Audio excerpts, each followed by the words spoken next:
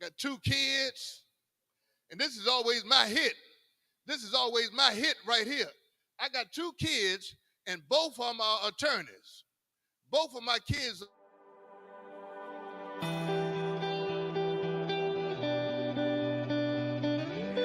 And actually, that makes total sense. Yeah. Because I know me. You know, so that's our life mission. That's the McShin's mission. You don't have to understand my boundaries to respect them. Well, no, I'm the president and co-founder of McShin, a person in long-term recovery from substance use disorders. How do you go about fixing the damage in the trust between the family after you get out? Okay, I gotta work on that. Celebrating my 6 months. Didn't have a cake. Yeah. Gosh, showed up.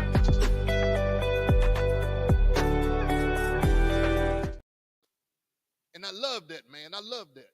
My conversation before everybody got here, was about this program, man, and what this program has to offer. This right here, the name of our program is the Get in the Herd series. Get in the herd. We've been running with the wrong herd the majority of our life. I ran with the wrong herd. I didn't know that it was another side. I didn't understand that the way that I thought, everybody ain't think like that. I got to understand. It ain't always good for me. My thinking get me in trouble. A lot of times. Look at your timeline and look at the decisions that you made. I heard the other day, when you're born, you look like family members. You look like members of your family. When you die, you look like decisions that you made. You die looking like a wino. You die looking like a dope fiend. Not understanding that you got a choice. But anyway, get in the herd, man. Get in the herd. Man, we have continuously, with the aid of Sheriff Gregory, bringing y'all a message of hope, man. I told the guys earlier, sometimes we come here, y'all don't listen to nothing that we got to say, don't believe nothing that we got to say. Hopefully you'll believe your own eyes. We bring people in here that have been in here. Hopefully you believe your own eyes. You got to believe something. We got people that have come in here, gone through this program, and they're out there now with 4, 5 years clean. The visual is paramount. And that's what we're doing today, man. That's what we're doing today. Man, and I'd like to introduce this guy, man. This guy is the visionary for this Get in the Herd thing. And I love it, man. I'd like to introduce y'all to John Shithouse. That's my mentor. That's my mentor, John Shithouse. You the bomb. You always motivate the hell out of me, man. You ever call Marshall up for golf? Hey, we'll play golf? Yeah. Where we go? What time, man? I'm there, baby. Anybody that know me know, man, after 34 years, I'm still fired up. And I don't know how he does it, but he beats me. I don't get it. I hit the ball farther. I putt straighter. He always wins, though, man. He's a hustler. Anyways, I'm John Shin, also president and co-founder of the McShin Foundation right here in Lakeside, Virginia. And we're basically delivering you that message of hope from the disease of addiction. You can stop using drugs. That desire to use drugs. I live day 1, my clean day, so August 10th, 1982. That's a long time. But I was arrested 12 times, 4 times in foreign countries. That was all BC before crack. Before the criminal justice built up, it was always catch and release in those days. Yeah, I'm old, but I tell you what, I've been around in recovery over 40 years. I've been going into jails and prisons for over 40 years as part of my service work, giving back. One way I stay clean is I keep it green, and I like to know where I come from because I never forgot where I come from. I never have forgotten what it's like to be in those chairs, to be out there living in active addiction. I don't want to forget. You know, Marshall touched on a few benefits and blessings for staying clean this long. I met him 34 years ago at the city jail.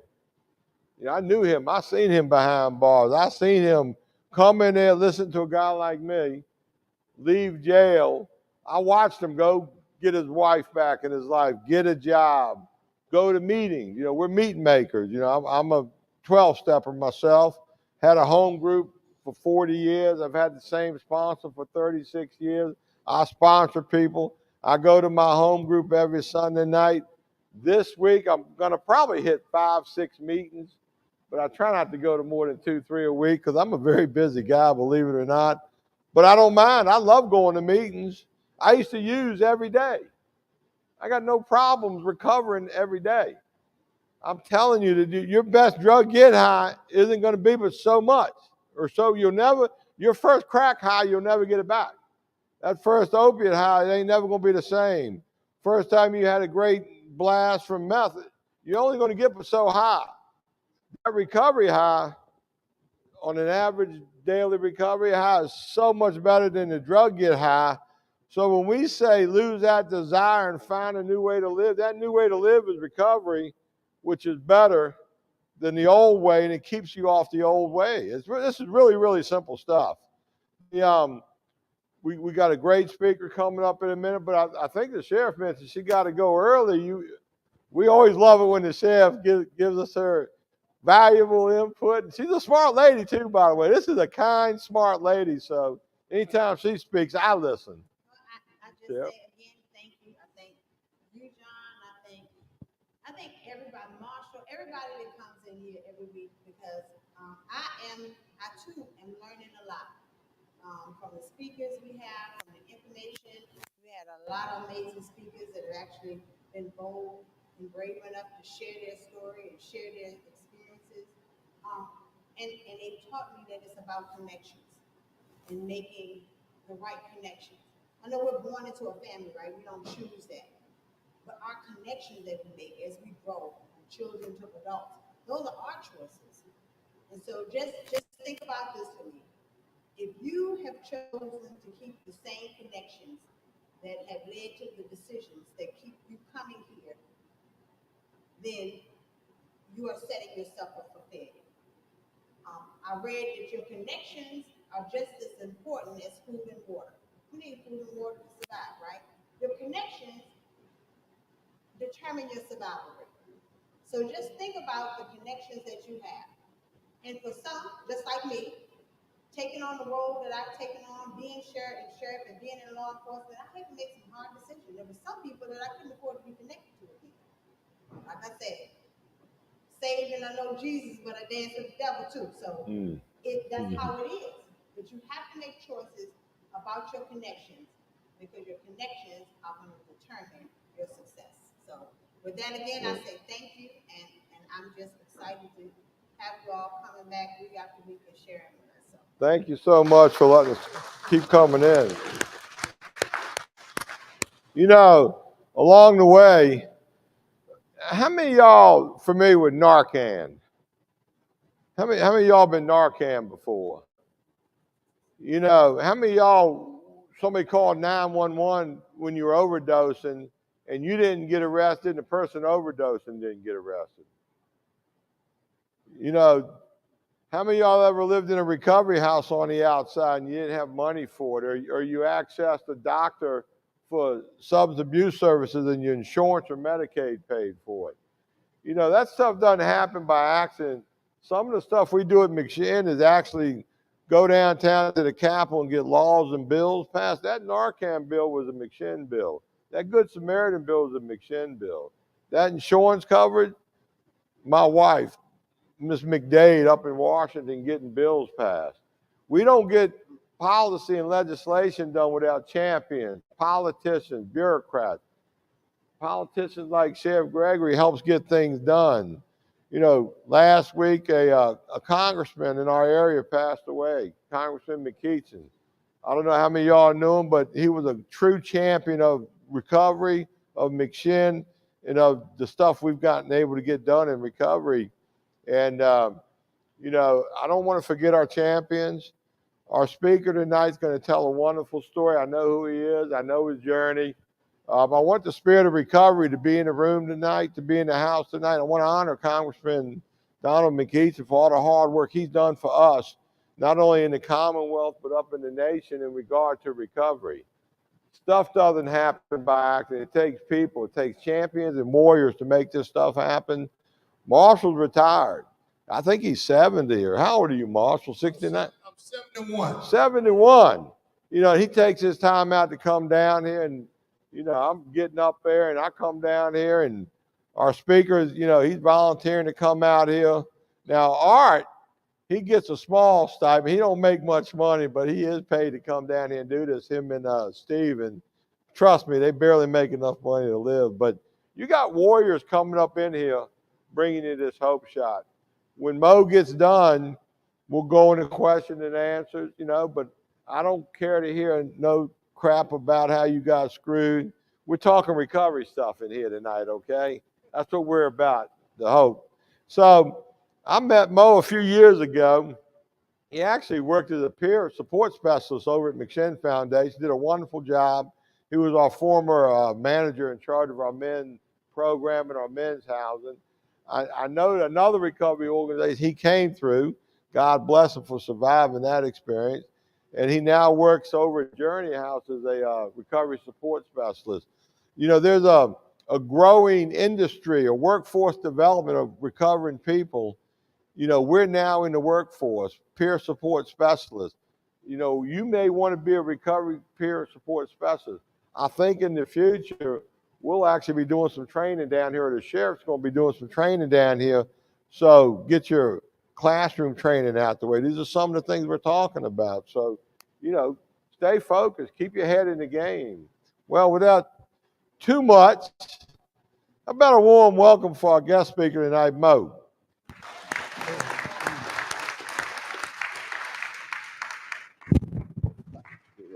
Yeah, you got it. Good evening. Good evening. What's up, everybody? Everybody all right? My name is Moe. I'm an addict.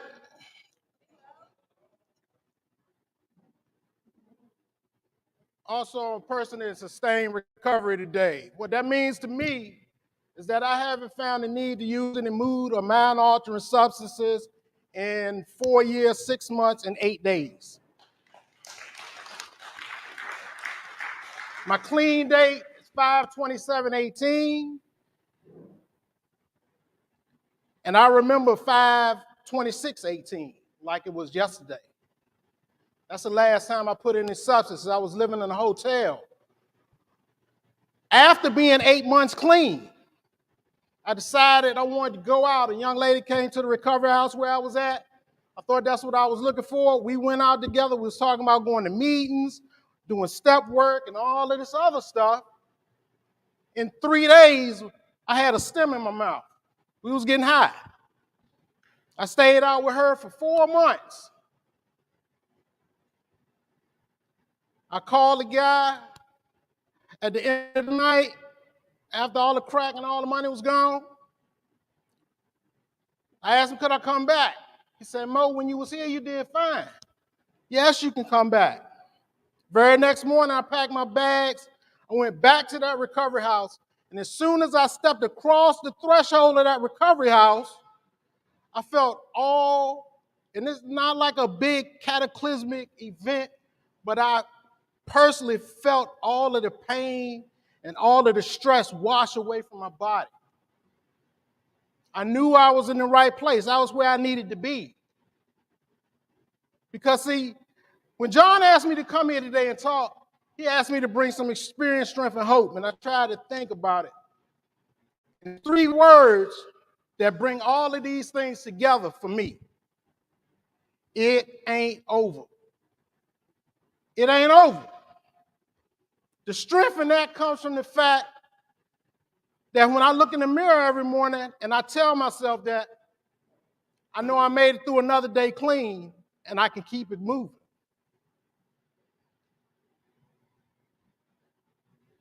The hope for that, for me, lies in the fact that in the months of March, April, and May of 2018, I remember shakedown in this jail, coming in this gym, playing ping pong and cards right back there in that code. I came through the RISE program off a 5-year bid. 1995, 1997, I went to the penitentiary for 2 years for credit card fraud, stealing money from people to support a crack habit, which I started when I was in college, Hampton University in 1986. The very first time I put some crack to my lips was March of 1987. I never forget it to this day. That's when my shit changed up. Alcohol and weed, I did that through high school. Played football, all that. I'm from Petersburg. Get to college, I start using then. And crack really exposed me. Crack showed me what kind of addict I could truly be. The type of addict that could steal from his mom, steal from his dad, not care. Became a massive manipulator, lied, cheated, all of that.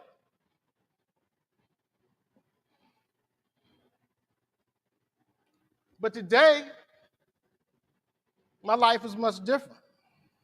I look at 5/27/18, and I look at today, and each day, nothing has changed. I don't see anything I'm doing too different. But if I look at my life from right now to back then, it is totally done on 180. Today, man, I'm a certified peer recovery specialist for the Commonwealth of Virginia. When I tell you that I know what you've been through, I'm not lying to you. Like I said, I was right back there doing shakedown all day, mad, because I had to be in here, no mad or nothing. Been through DOC.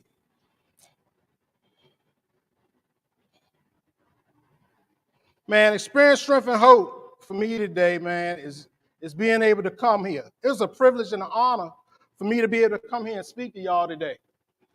Simply because of the fact that was on my bucket list of things to do. I wanted to be able to come back and say that it can happen for you. When I tell you that it ain't over simply because of the fact I did it. The only thing I will say is when I was in here, I didn't give up hope even when I was here. I knew that I could do something better, but I didn't know how to get there. I didn't know what I could do. I didn't know how to do it. All I knew was the streets. Lying and everything else and manipulating people to get what I wanted to get.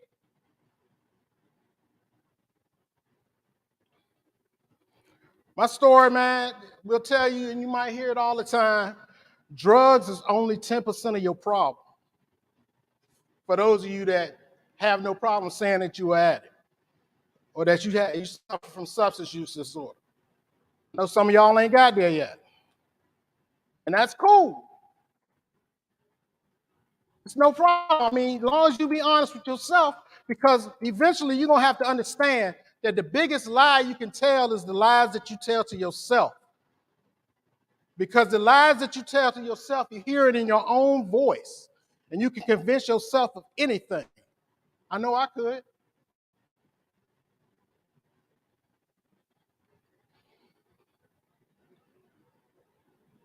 The 90% of the problem was my thinking, my view of the world. I was an addict way before I drank the first beer, way before I smoked the first J, long before I took the first blast. I was an addict from childhood. Started with me always wanting to fit in with people, always wanted to be a part of something. I didn't have any brothers and sisters, only child. I grew up, and my story is not, I had both of my parents all my life. I did pretty good in school. And throughout the rest of my story, I was never homeless. I always worked. But see, at the beginning, it was all fun. Back in '86, I thought I could be a hustler. That's what everybody was doing, and all the dudes that I wanted to emulate, that's what they was doing. They was getting money. And to tell you the truth, I hustled for about 4 months until I smoked my first joint. When I smoked that joint, the hustling was over. It was all about partying and enjoying myself, what I thought then.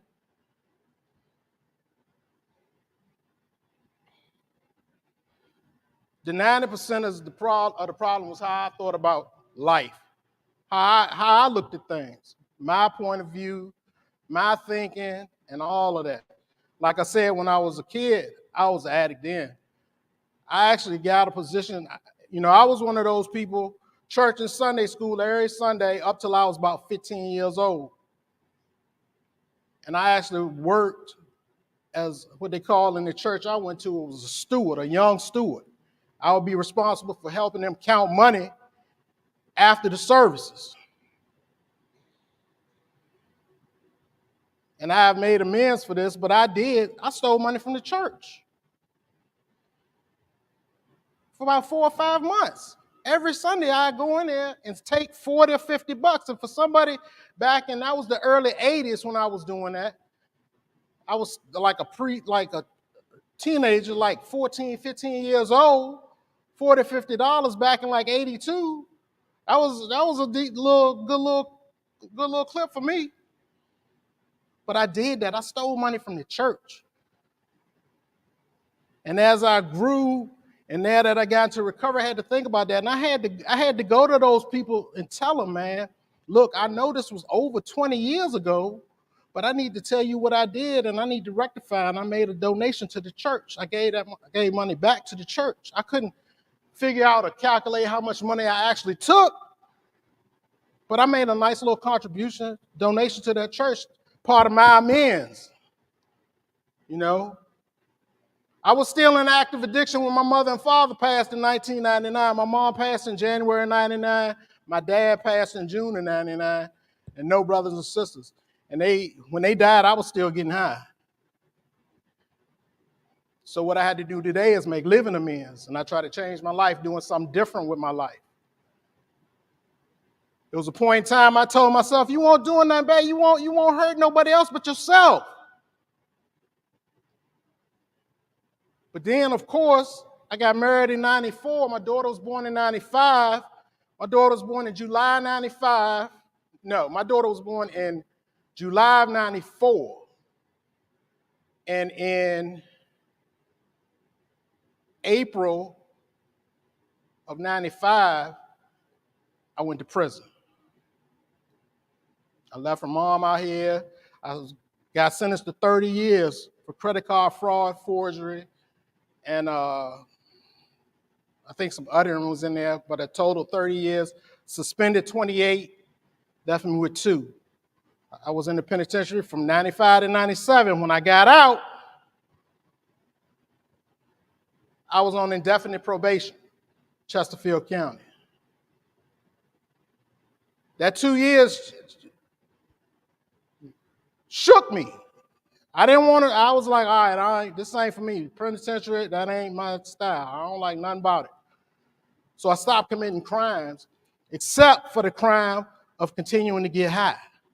I came out, I used that whole time. I remember when I was in there, I was there in Greenville, when Biggie Smalls died, and boys walking around the yard smoking a blunt, talking about R.I.P. Biggie.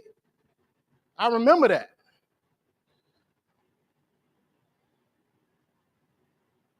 Damn. So I'm on indefinite probation. I stopped committing new crimes, but I grew up era with Eazy-E and NWA. Fuck the police. I'm gonna do what I want to. I'm gonna live my life. I want to smoke weed. I want to get high. Fuck it. I'm gonna do me. And in doing me, the Commonwealth of Virginia said, here you go. I violated probation in 01, 03, 05, and 08. I never brought back any new charges. Each of those POs gave me opportunities, though. Each of those POs, I got 20 dirty urines off of each of those POs. 01, 03, and 05, they kicked me back to probation Just let me keep it moving. I got like a PV-13 or 15 or whatever they call it. I served 30 days, get a bond, and they let me back out. In 08, I caught another judge. I caught Judge Gill down in Chesterfield. Switched rotations on me. And he was like, Mr. Bayton, you work 60, 70 hours a week. You pay some of your fines. You're doing all that. But smoking crack is illegal in the Commonwealth of Virginia. So I had 18 years over my head. He sentenced me to 18 years and suspended 13. So I got 5 years for getting high. But that wasn't enough at the time. That was not enough for me. So between the couple of bonds I got, and then it was like 85%, I ended up basically serving 4 years. I got out in 2012. When I got out in 2012, the last 4 months of my sentence then was coming in here. Back then, when the reentry program started, I had to do 2 phases out here of programming, and the third phase for people coming from DOC was work release out west. I went out west. I got a job in 3 days. By the second week, I had probably about a month and a half left on my sentence. About the second week of working, I started drinking in. I'd stop at the bar before I go to work, have a couple drinks, go to work, sweat it out, because I cooked 27 years. That was my job. I was a chef for 27 years. That's all I did. That's the only job I ever had, paid the bills. I did all right cooking, but I was getting high. But I say that to say, I left, I started drinking, and of course, I got through. They ain't catch me, but all that type of stuff catch up to you. Everything done in the dark, it always come to the light, man. So eventually I got my home plan, stayed with a friend of mine. I went to her house, the guy that she was living with, they was getting high.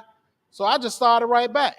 I didn't come here and I listened to a lot of stuff, but I didn't follow through when I got home. I still needed to do some more research. See, I ain't believe it. I thought I could still outsmart these people.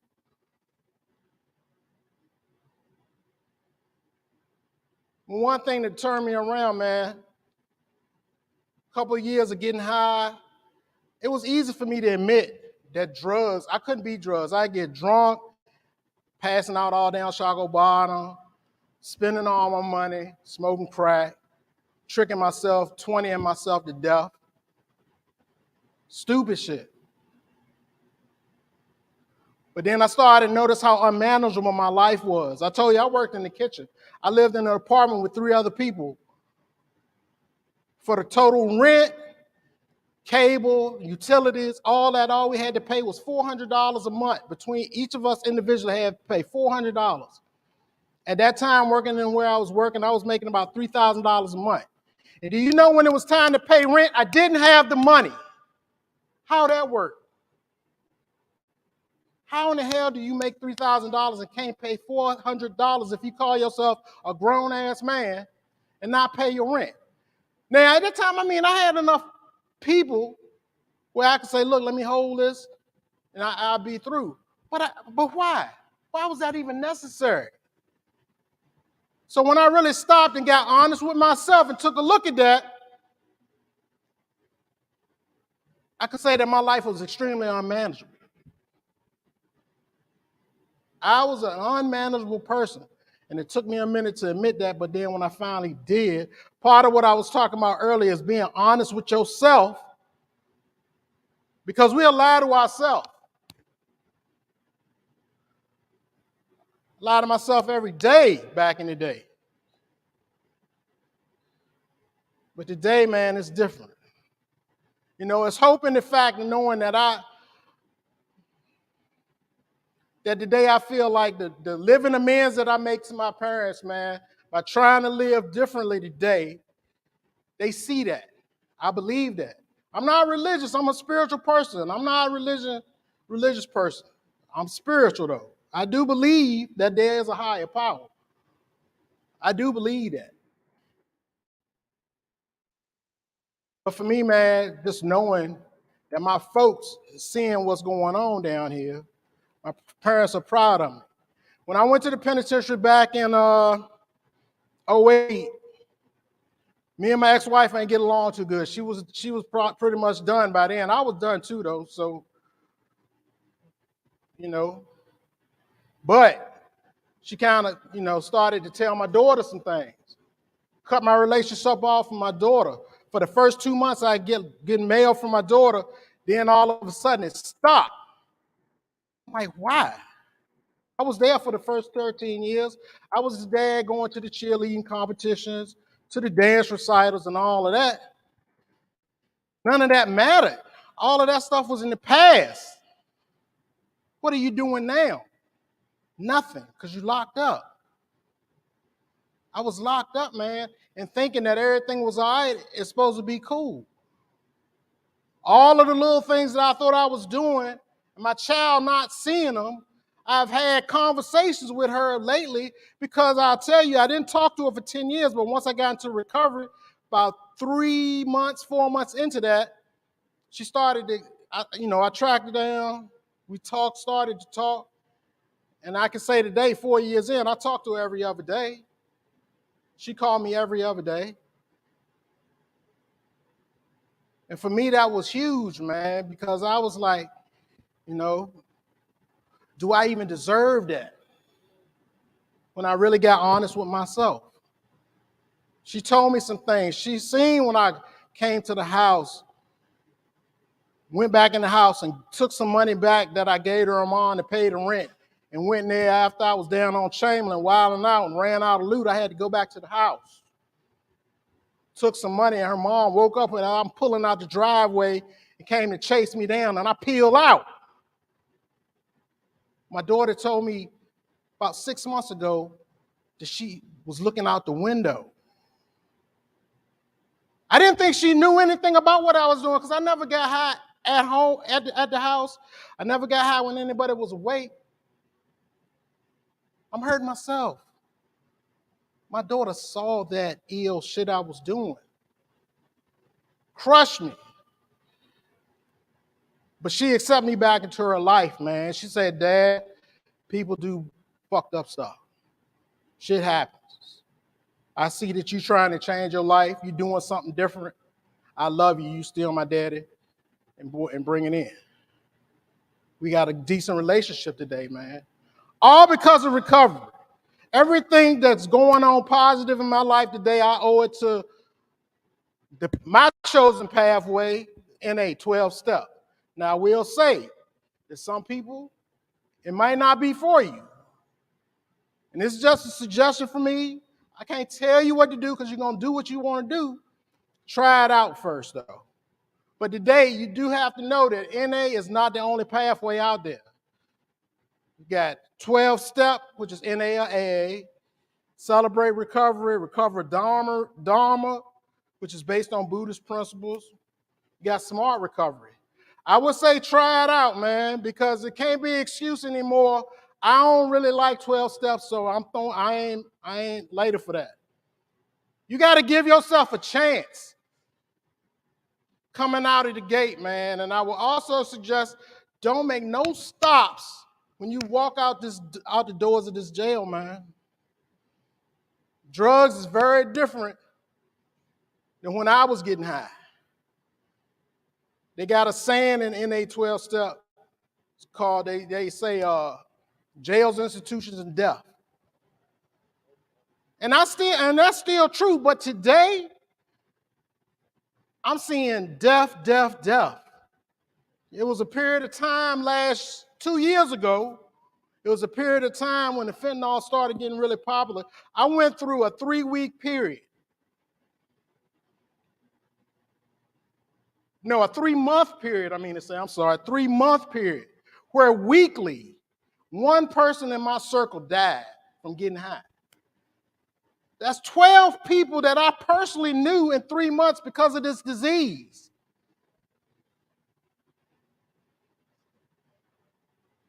Everything that's out there now, man, it's tainted with fentanyl. A lot of people not getting the opportunity to come back. I'm not numb. I still feel for people when they pass, but I've seen so much death in the past 4 years that I've been in this program. I'm used to it. And something that somebody told me, it hurt my feelings.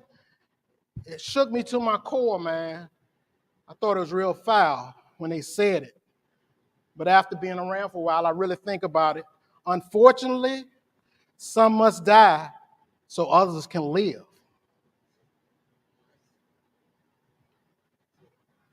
That's a hurtful thing, man. But that's reality. That's what happens. By show of hands, if y'all don't feel like it, can anybody in here raise a hand? Tell me if you lost somebody close to you to this disease. Right off the bat, everybody, y'all got something in common, man. I'm not telling you nothing that you don't already know, because I can sit up here all day and say all of these wonderful things about what recovery does for me. And that's cool. Some of y'all might believe, might not, whatever. But at the end of the day, your greatest champion is your damn self. Each and every one of y'all got to put in the work. You got to want something different for your life. I counted it up one time. I think between jail and the penitentiary, I took 10 years, about 10 years of my life was spent in these type of places. Last month, I just turned 55. I celebrated my 5th sober birthday. 5th birthday out of my life. I mean, I started getting high when I was about 16, 17. I stopped. I finally figured out that it might be something wrong with me at the age of 49. But see, my problem is that I thought I was the smartest person in the room anyway. That was my first mistake. Because the disease of addiction is smarter than us all, individually. Individually, the disease of addiction, all of y'all that came in here, each of y'all's individual diseases out there in that parking lot right now doing push-ups waiting for you to get out. And I know some of y'all gentlemen know how it is when you're in here pushing that flow, getting back. That disease is ready for you. And the disease don't care. Disease want to see you dead and want to kill you, want to destroy you and everything you got. I would say take heed to what's going on in here, man. A lot of you got a great opportunity in here. One thing I can say that I probably know I'm pretty much sure of, that within this room, there's a lot of internal strength. And I say that because the shit that we put ourselves through when we out on the street, some people couldn't survive that. But you are here.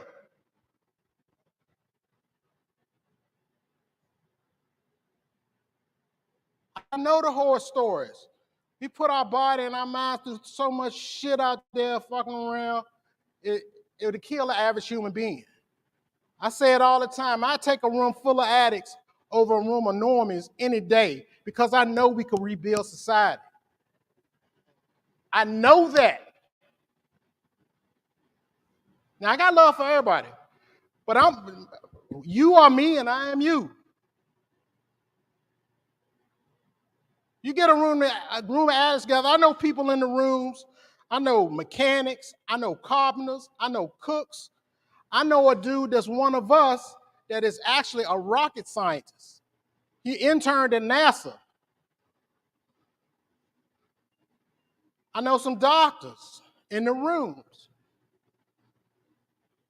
But from what all that I just said, what should that tell you about the disease of addiction? The disease does not care. Status, religion, race, none of that matters from the disease. I look around this room right now. I see a bunch of individuals, all different in their own way. The disease don't care.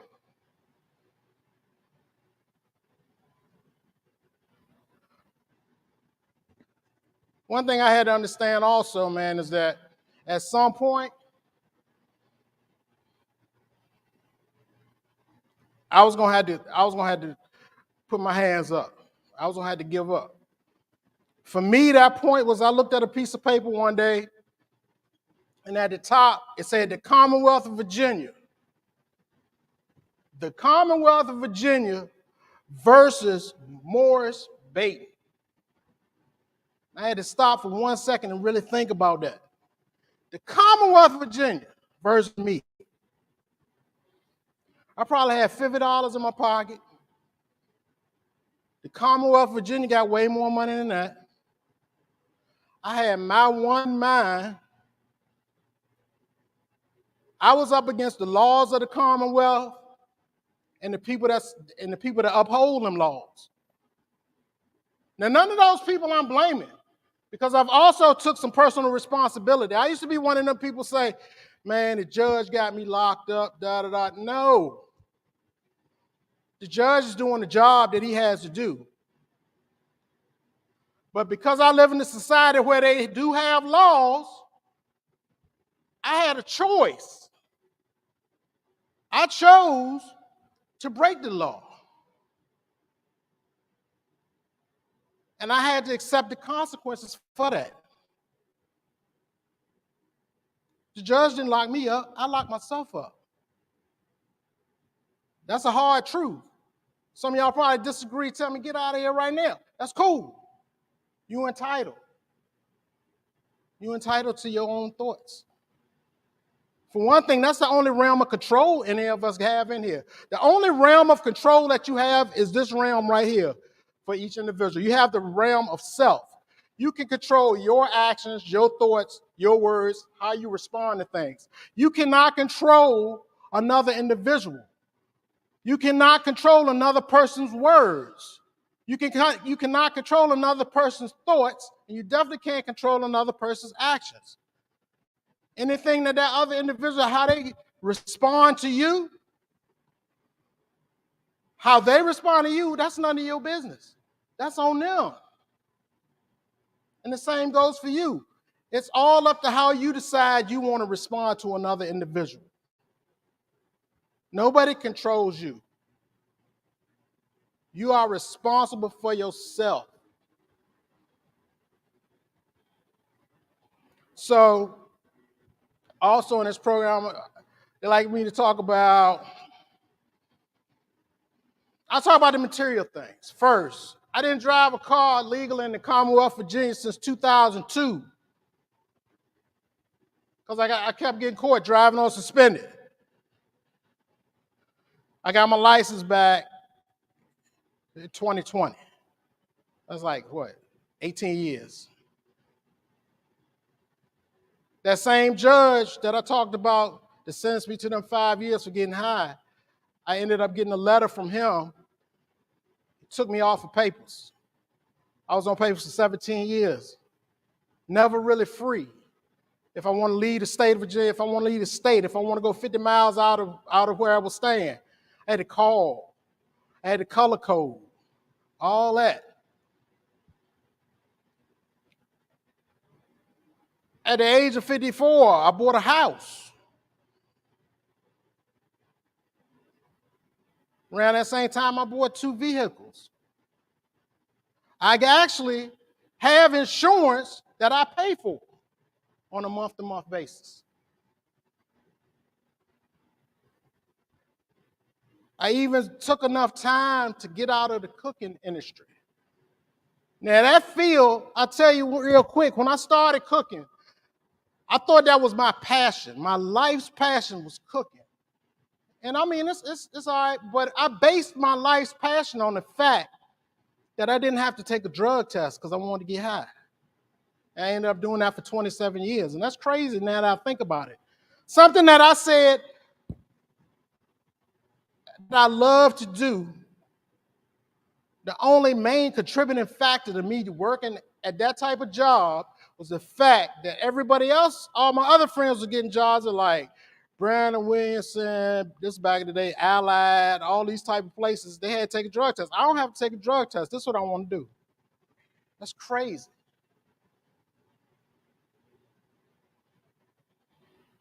But all of that material stuff, man, is cool. I got raised beds at my house. I grow vegetables. I grow tomatoes and shit.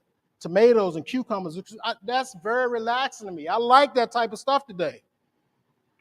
But out of all that material stuff that I have,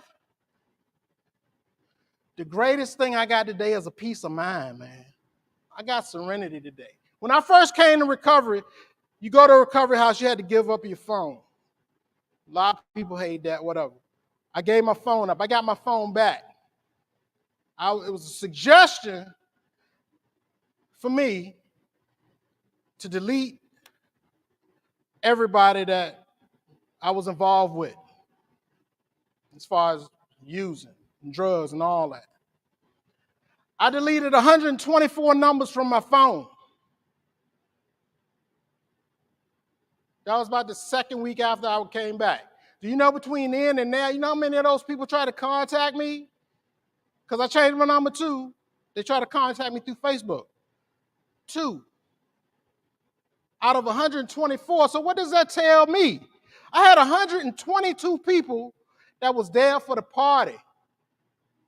Because one thing about me that I've learned too now is about my character defects. And one of my greatest character defects is people pleasing.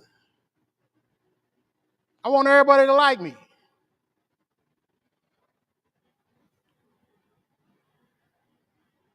The way my sponsor told me about people pleasing, he was like, Mo, if it's a room of 100 people, like if everybody in here, if everybody give me love and all that, and this young man right here, this gentleman right here, he giving me the finger, he's telling me shut the fuck up, say you ain't hitting on nothing. All of the love that I'm getting, I'm ignoring it because I'm focusing on this one person. That's some defective thinking. But that's something that I work on today, one of many. I learned a lot in this program, man. Learn about myself, learning how I interact with other people, learning to be accountable, man. It's always easy to say, I look out for myself. I own my shit. That's just sometimes, honestly, that's just another lie we tell yourself because we don't really want to own our shit for real. You can talk your ass off. But I know some of the same lies you're telling yourself, the same lies that I told myself.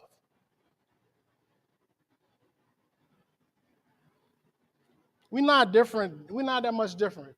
For those of you that are trying to stay clean, when we woke up this morning, we was all on the same playing field. Because I was trying to stay clean today too.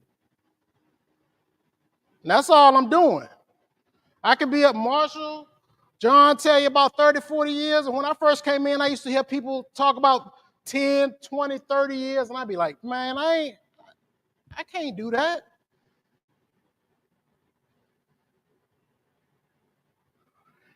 But I had to stop, man, and break it down.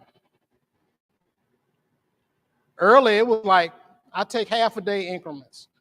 I wake up at 6, okay, you ain't gonna get high between now and 12. And sometimes you might hear that and think it's corny, but that's the real deal.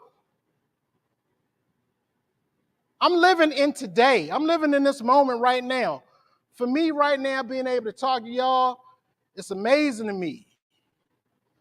I never thought I would be able to do something like this when I was in here with the same jeans and the same shirt, sitting in the same chairs that y'all sitting in. But Dave, that's a reality to me. I'm thankful for my recovery, man.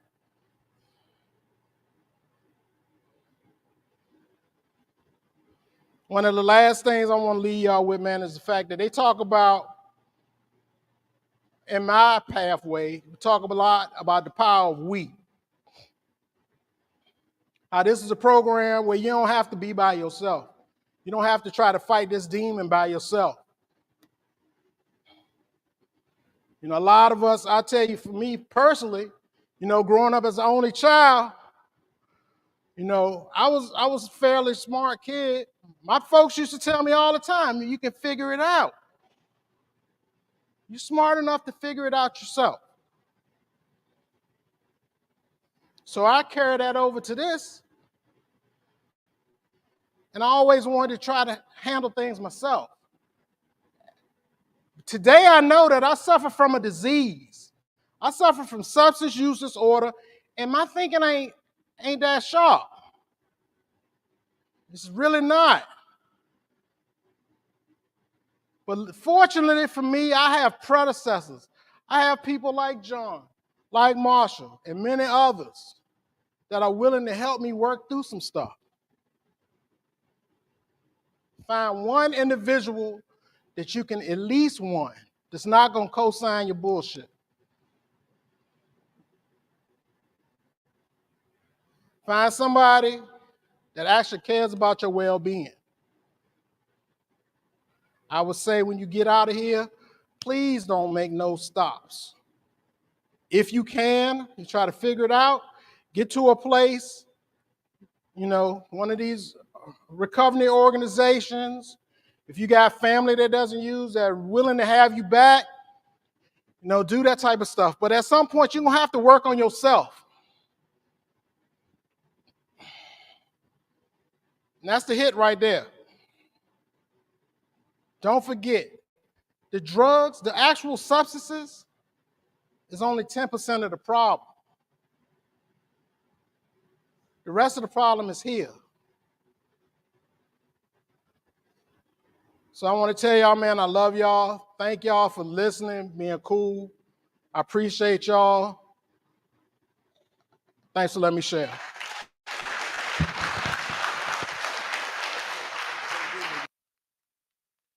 Thank you, Mo. Hey, y'all got any thoughts, comments, or questions for Mo? Yes, sir. Mo, you gotta, don't give him the mic. You hold the mic. Otherwise, we'll get a dissertation.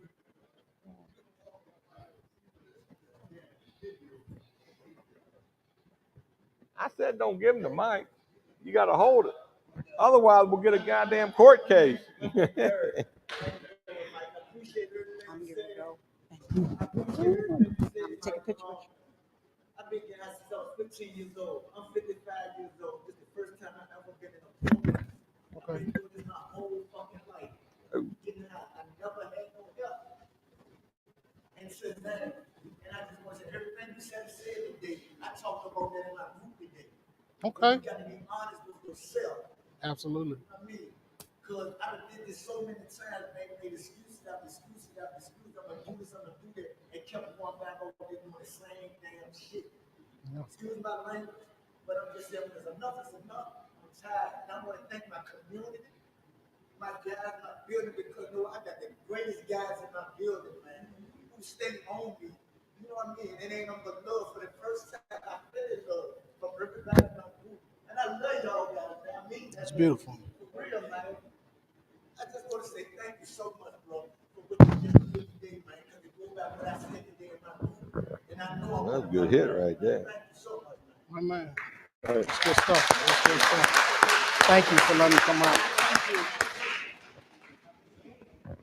Any more questions? Any more questions? Thank you so much. And I'm gonna be there on Thursday. The grand opening. Yeah. One more. The journey. The journey. One more question. Okay, I see. Any more questions?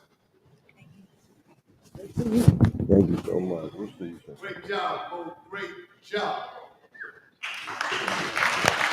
Hey, you got some water? So, how often y'all get together like this? Only when we show up, right? You damn right. We bring the juice. Look, man, this is recovery in action, man. Recovery people make things happen, okay? I don't know what it's like sitting in there all day long. That ain't going to be my story, all right? You want your story to be, You should see how Moe lives right now. He's got a 2-story, beautiful home up in Mechanicsville. Got him a fine-looking old lady he lays up with all day, man. He got, how many dogs you got? One dog? I mean, he's living the dream, man. This ain't living the dream in here. Hey, and I'm so glad you spoke up because that's what it takes. You know what I mean? You got to get in touch with reality. How many of y'all got kids? I mean, come on. This ain't no way to raise your kid. You know, think about it. Who's the best parent for our children? It's us, mom and dad. You know, y'all got time to get your life straight and set it straight. How many of y'all relapsed before? How many of y'all been to jail before? Most of y'all been here before? Y'all?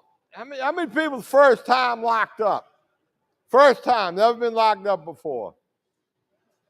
I bet some of y'all thinking that ain't gonna happen to me, right? And here you are. You know, these jails are available to anybody that can get up in them. It ain't hard to get up in them. You know, they got courtrooms now. I walk into like Hanover Court. You walk into that beautiful big courtroom. It reminds me of an airport terminal. They got all these monitors, tell you exactly where your court is, who your judge is, your lawyer. I mean, they sophisticated, heavily funded. We ain't funded. We're not sophisticated. We simple. You get what you get when you do what you do. And you're going to be who you hang around with. You know, if you hang around with a bunch of people ripping and running, obviously you're going to be ripping and running. You hang around with people who try and get their life straight, that can be your story.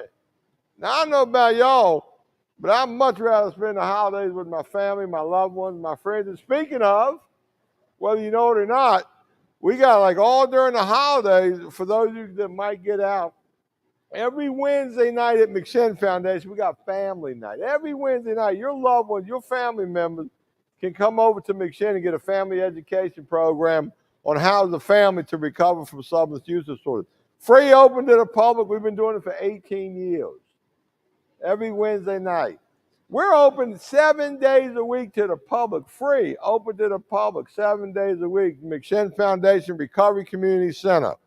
We have over 2,500 groups and meetings, free, open to the public. I mean, that's a lot. Just over these own holidays alone, we're going to have an open house on Christmas Day, all the connection to recovering you can get, all you can eat, on New Year's Day, we got big open house on the 17th. If y'all get out, you're welcome to my house. You know, recovering people like to party now. NAA has open houses damn near every night of the week throughout the holiday. Any of y'all ever been to open house before? I mean, they're fun. So I guess what I'm saying, yes, sir. Hey, Rob. Hold on, wait for the mic.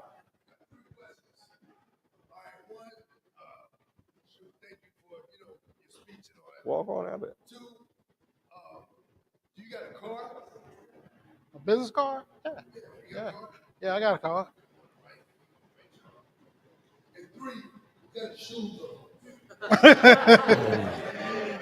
There's some Grand Hills. Some Grand Hills, some new movie joints. Man got more shoes than Carter got peanuts too, man. I'm still sick. He's a shoe machine. I'm still sick. I put the drugs down, and I was able to, every paycheck, I get a pair of shoes. But my fiance, somebody to call me on my stuff, we had to have a talk. She seen me get 3 pairs in 1 month. She said, what's wrong with you? You got insurance and all this other stuff. You know, I got a little credit now because of recovery. So we made a compromise. So I compromised about one every quarter. How many different pods y'all got? But yeah, I mean, 3. I like sneakers. Yeah, what I like to say, to add something to what Moe was saying. You know, they got a little saying in the fellowship, and the saying is, keep it current. Keep it current. This is for the pod. You know what I mean? Stay in the day. You know, why we announce how much clean time we got, to let you know that it's possible. You know,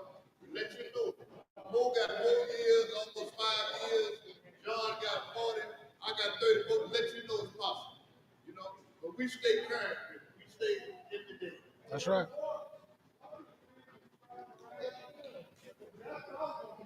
In February, speaking to all y'all, he spent his life in prison. He went from prison to purpose, and now he's actually the director of the Office of Recovery for the state of Arkansas. He works for the governor, and he's got like 25 felons. I mean, he's as bad as anybody in his jail, but he turned his life around. Very inspirational fellow, great speaker. Y'all gonna meet him in February. I just want y'all to get to know old Jimmy McGill before we bring him up in here. So. And we actually coming back here. We'll be back here one more time before Christmas. But on December 30th, right here in the gym, we're going to have a little mini speaker jam, a care talk. We're going to bring in 8 10-minute speakers to bring you a variety of motivational hope shots. So y'all got a little bit of joy and excitement coming. And I'll probably bring donuts back for when we come back to right before Christmas. Y'all like Krispy Kreme or Dunkin' Donuts? All right, how many of y'all like Krispy Kreme?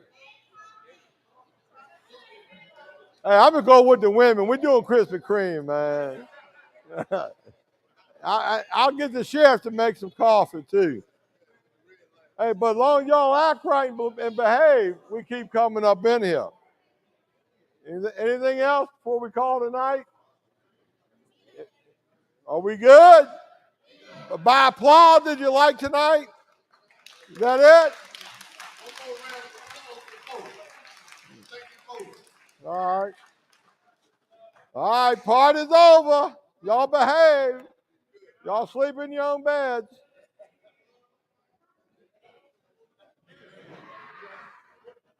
You go stand by the door.